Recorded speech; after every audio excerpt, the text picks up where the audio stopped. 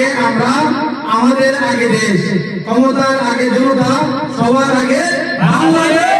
প্রিয় দেশবাসী, আসসালামু আলাইকুম। প্রিয় দেশবাসী, সবাই কেমন আছেন? আশা করি সবাই ভালো আছেন। আমরা প্রবাস থেকে বলছি, আমরা দোয়া করি আপনারা সবাই ভালো থাকেন। আর হচ্ছে আগামীকাল 12 তারিখ নির্বাচন, জাতীয় নির্বাচন। তো জাতীয় নির্বাচন উপলক্ষে আমাদের প্রবাসীদের পক্ষ থেকে যারা নিরপেক্ষ আছে, যারা দেশকে ভালোবাসে, কাজী তারা তাদের উদ্দেশ্য থেকে আমি জনগণের পক্ষ থেকে, দেশ প্রেমের পক্ষ থেকে আমি আপনাদেরকে বলতে চাই, আপনারা কেউ মারামারি কাটাকাটি করবেন না।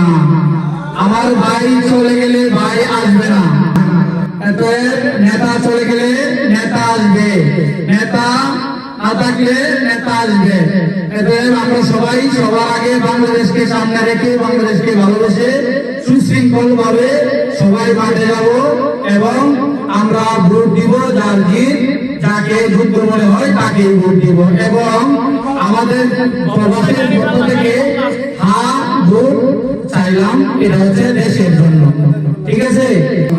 যারা আমরা এই স্লোগানটাকে মনে রাখি, আমার আগে আমরা, আমাদের আগে দেশ, ক্ষমতার আগে জনতা, সবার আগে বাংলাদেশ।